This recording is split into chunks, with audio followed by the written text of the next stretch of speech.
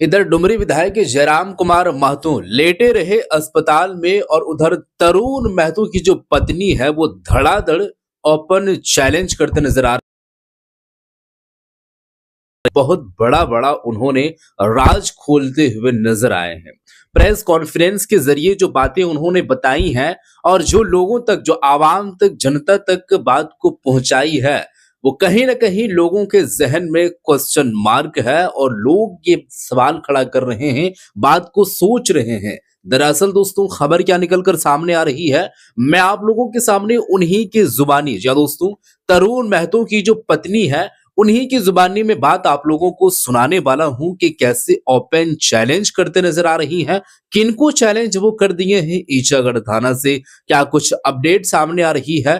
तरुण महतो की पत्नी की वीडियो में आप लोगों के सामने रखने वाला हूं और कहीं ना कहीं इसके लपेटे में सबिता महतो को और रिजवान कारी को भी लेते हुए नजर आई हैं। तो इन सब सारी चीजों पर हम चर्चा करेंगे, बात करेंगे, वीडियो दिखाएंगे और मैं आप लोगों के सामने कई ऐसी चीजें और कई ऐसी बात रखने की प्रयास करूं।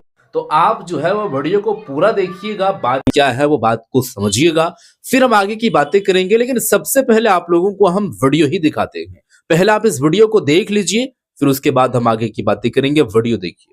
मामला तो जो जिनके बारे में अभी पूरा सोशल मीडिया में वायरल हो रहा है वो हिंचागढ़ के पूर्व प्रत्याशी तरुण महतो जो मेरे पति है उनके बारे में है। जो इन लोग कुछ न्यूज चैनल के माध्यम से जो गलत मैसेज चला रहे हैं, जो गलत न्यूज चला रहे हैं, उनको मैं बताना चाहती हूँ कि सच की जांच हो। पहले सच का जांच हो, उसके बाद ही किसी के बारे में कोई उल्टा पुल्टा बोले, नहीं तो नहीं बोले। मामला क्या है? बोलते हैं क्या आपके मैंने नाम पे गाड़ी चल रही है, बहुत सारा उगाही हो रहा था, इसमें क्या वही तो हम बोल रहे हैं।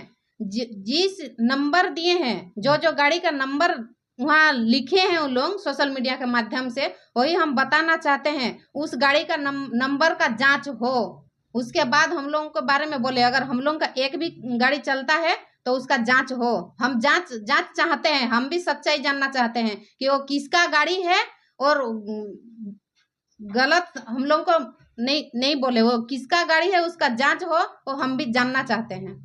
मामला देखिए, हम भी आरोप लगाएंगे थाना प्रभारी के बारे में, क्योंकि वहाँ का जो मामला है वो लोग तो कुछ अलग ही बोल रहे हैं। जो हमें जितना जानकारी है, वहाँ पहले से ही सिविल ड्रेस में 2 पुलिस प्रशासन वहाँ मौजूद था और उनके मौजूदगी में वहाँ गाड़ी को बालू लदा हुआ गाड़ी को वहाँ हाईवा को पार कर रहा था।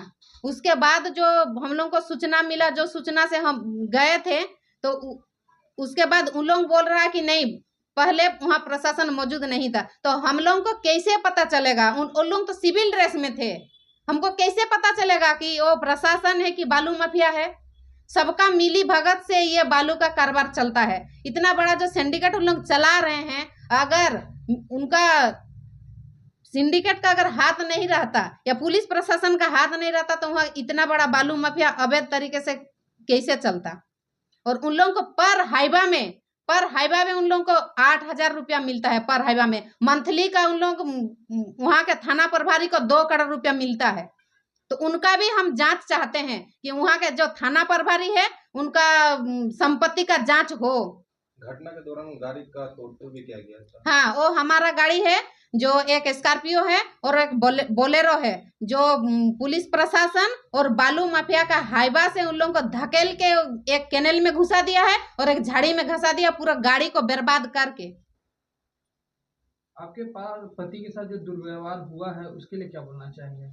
देखिए, लोग तो बोलते हैं कि सभी कोई बोलते हैं कि पुलिस पब्लिक के लिए है, पब्लिक, लेकिन वो रक्षक नहीं है हमारे। आज जो मेरे पति के साथ जो दुर्व्यवहार उन लोग किए हैं, ऐसे प्रतीत होता है कि उन लोग हमारे रक्षक नहीं है पब्लिक के, वो तो भक्षक बन गए हैं। क्या मेरे पति कोई क्रिमिनल थे? क्या किसी का शोषण करके गए थे? शोषण करने के बाद उन लोग डिटेन किए थे, या किसी का मर्डर करके वो जेल गए थे जो उतना मारे हैं? आज अगर किसी का शोषण जो पूरा दुनिया में चल रहा है, पूरा देश में जो इतना शोषण हो रहा है, उस शोषण कर रहा है, उन लोगों के ऊपर इतना अगर 3rd डिग्री टॉर्चर होता ना, तब पूरे देश में इतना शोषण नहीं होता। लोग डरते। क्या मेरे पति कोई क्रिमिनल था जो इतना 3rd डिग्री टॉर्चर किए हैं? उनका पैर फ्रैक्चर हो गया है, उसका प्लास्टर किए हैं, पूरा बॉडी में एक ऐसा जगह नहीं है जहाँ खरोच नहीं है। आपकी क्या मांग है? मेरी मांग है सच्चाई सामने आए, सच्चाई उजागर, और पुलिस जो थाना प्रभारी है, हम चाहते हैं कि उनका जो संपत्ति है उनका जांच होना चाहिए। उनके ऊपर आरोप लगा है कि वो आधी रात को बालू माफियाओं से पैसे उगाही के लिए गए थे। हाँ, गए थे। हम तो खुलेआम बोल रहे हैं कि वो पुलिस प्रशासन की मिली भगत से इतना बड़ा सिंडिकेट चलता है। पुलिस प्रशासन क्या, यहाँ के जो ईचागढ़ विधानसभा के हमारी जो विधायक मैडम है, इतना बड़ा कांड होने के बाद वो क्यों अभी चुप्पी साजी हुई है? हम यही जानना चाहते हैं। उनका वो विधायक है, वो विधायक बनी है, लेकिन उनको क्या नहीं पता है कि अपना विधानसभा में क्या चल रहा है, क्या नहीं चल रहा? उनको बोलिए कि अपना विधानसभा में घूमने के लिए कहाँ क्या हो रहा है। इतना अवैध बालू का जो खनन हो रहा है, उनका जांच होना चाहिए। इतना बड़ा जो अभी घटना घटा, वो क्यों चुप्पी साजी हुई है? हम वही जानना चाहते हैं। आप लोग के बारे में अलग अलग पार्टियों की अलग अलग टिप्पणियां आ रही है, उसमें क्या कहना चाहेंगे? देखिए, लोग जो टिप्पणी करने वाले हैं वो तो करते रहेंगे, वो जो करने वाले वो करते रहेंगे, लेकिन हम लोग सच्चाई के साथ है, हम लोग डरने वाले नहीं है। आज अगर हम लोग झूठ के साथ होते तो आज यहाँ हम इतना बोल नहीं पाते, हम डरते, लेकिन हम डरे नहीं है, हिम्मत नहीं हारे हैं। हम काहे डरेंगे भाई? हम तो बोल रहे हैं कि अब मेरा पति कोई क्रिमिनल है, वो तो क्रिमिनल नहीं था जो हम डरेंगे। वहाँ ग्रामीणों को कोई विरोध नहीं था, ऐसा बताया जा रहा है कि ग्रामीण लोग वहाँ कोई किसी ने कुछ नहीं बताया, और तरुण महतो खुद ही जो है वो आए हुए थे यहाँ।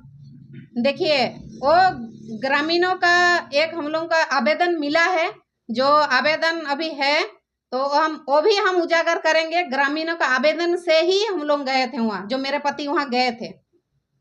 लोग तो सोशल मीडिया के माध्यम से हम वो भी देखे कि हम उनका नाम लेना नहीं चाहते हैं, जिसके साथ मेरा पति का तुलना किए हैं, तो उनको बोले हैं कि नहीं, वो उनको जैसे मारे हैं गांव वाले, वैसे ही मेरे पति को भी मारे हैं। लेकिन ये सच नहीं है। वो जिसके साथ मेरे पति का तुलना किया है ना, उनको गांव वाले मारे थे। गांव वाले उसको इल्जाम लगाए थे कि वो बालू का कारोबार कर रहा है, गांव वाले इल्जाम लगाए थे। लेकिन मेरे पति को गांव वाले के बुलावे पे मेरे पति वहां गए थे। तो जी हाँ दोस्तों, वीडियो आप लोग देख चुके हैं। सीधे तौर पर तरुण महतो की जो पत्नी है वो कहते नजर आ रही हैं कि ये इल्जाम हम लोगों के ऊपर में लगाया गया है कि आप लोगों के नाम से कोयले का जो गाड़ी है वो कई चल रहा है। तो इनका ये कहना है कि अगर चल रहा है तो निश्चित रूप से जांच हो। ये हम भी देखना चाह रहे हैं कि आखिर में क्या कुछ हो रही है, तो जांच अनिवार्य है और हम लोग ये मांग कर रहे हैं कि जांच हो। अगर हम लोगों के नाम से गाड़ी चल रही है तो हम ही लोग मांग कर रहे हैं कि जांच किया जाए। तो ये बातें भी कहते नजर आए हैं। बाकी 3rd डिग्री टॉर्चर देकर के, टॉर्चर जो उनके ऊपर में की गई है तरुण महतो के ऊपर में, इनका ये कहना है कि जिस तरीके से अगर पूरी दुनिया में खास करके अगर देखा जाए तो वो तो चीज हो ही रही है, लेकिन हम अपने देश या अपने राज्य की बात कर लेते हैं। अगर ऐसे जितने भी इस तरीके से गलत काम करने वाले लोग हैं, अगरचे तरुण महतो वो अपने जगह पर क्या है क्या नहीं है वो कानून है, जांच पड़ताल होगी तो रिजल्ट निकलकर सामने आ जाएगी। लेकिन अगर ऐसे ही काम कोई दूसरा कर रहा है, इलीगल काम कर रहा है और लगातार इस तरीके से काम को अंजाम दे रहे हैं, तो उनके साथ में जो बड़े बड़े अधिकारी मिले रहते हैं, यहाँ तक कि थाना प्रभारी जो मिले रहते हैं, अगर वो लोग इंसाफ से काम लेते और जो एक तरीके से कहा जाए तो जो इंसाफ होना चाहिए था और जो एक नजरिया उनको कायम करना चाहिए था, अगर वो नजरिया कायम करते तो ये हालात होता ही नहीं। लेकिन यहाँ पर देखा जाता है कि एक आंख में काजल और दूसरी आंख में सुरमा लगा करके काम करते हुए नजर आते हैं, तो ये नहीं चलेगा। और देखते हैं जो कुछ भी होगा। फिलहाल इन्होंने जो बातें कही हैं, बातें आप लोगों तक पहुंचाए हैं, आप इस बात को लेकर के क्या कुछ कहते नजर आई हैं। रिजवान क्रांतिकारी को लेकर के भी जो है वो बात बोले हैं सविता महतो। ईचागढ़ विधानसभा के जो एमएलए हैं उनके ऊपर में भी इस तरीके से बयान देते हुए नजर आई हैं। तो मैं आप लोगों के सामने वीडियो रख दिया हूं, वीडियो सुन चुके हैं। आपका इस पर क्या कुछ ख्याल है जरूर बताइएगा। और लेटेस्ट अपडेट मैं आपको देना चाहूंगा कि आप लोगों को मालूम होगा कि जयराम कुमार महतो की तबीयत थोड़ी सी खराब है, स्वास्थ्य उनकी ठीक नहीं है, जो लगातार जो है वो चुनाव प्रचार प्रसार करने के बाद और वैसे भी जनता के बीच में एक्टिव रहते हैं, तो अपने स्वास्थ्य की ख्याल वो नहीं रखते हैं। उनको लगता है कि हम हैं सो हम हैं, हमें क्या होने वाला है, लेकिन नहीं, वो होता है देर सही लेकिन रिजल्ट तो देखने को मिल ही जाता है। वो कहते हैं ना कि जिस दिन आग लगती है बारिश उसी दिन नहीं होती है। तो अगर स्वास्थ्य का ख्याल रख के जनता के बीच जाएंगे, लॉन्ग टर्म के लिए, आगे भविष्य के लिए अगर उनको सोच है, जनता के बारे में अगर वो सोचते हैं, तो ऐसी बात नहीं है कि जनता के लिए ही मर मिटना है, 24 घंटा उन्हीं को देना है। नहीं, 2-4 घंटा आप अपने लिए भी टाइम निकालें, स्वास्थ्य को भी टाइम दें। तो इससे ये होगा कि आपका काम भी निकल जाएगा और आपका स्वास्थ्य भी ठीक रहेगा, और लॉन्ग टर्म के लिए भी आप जो है वो राजनीतिक या पॉलिटिक्स अच्छे ढंग से कर पाइएगा। तो देखते हैं जो कुछ भी होगा। फिलहाल लेटेस्ट अपडेट जो भी निकल कर सामने आएगा मैं आप लोगों के सामने रखूंगा। इस वीडियो को फिलहाल शेयर कर दीजिएगा। आपका इस पर क्या है ख्याल बताइएगा। मिलते हैं एक और नई वीडियो के साथ, तब तक के लिए खुदा।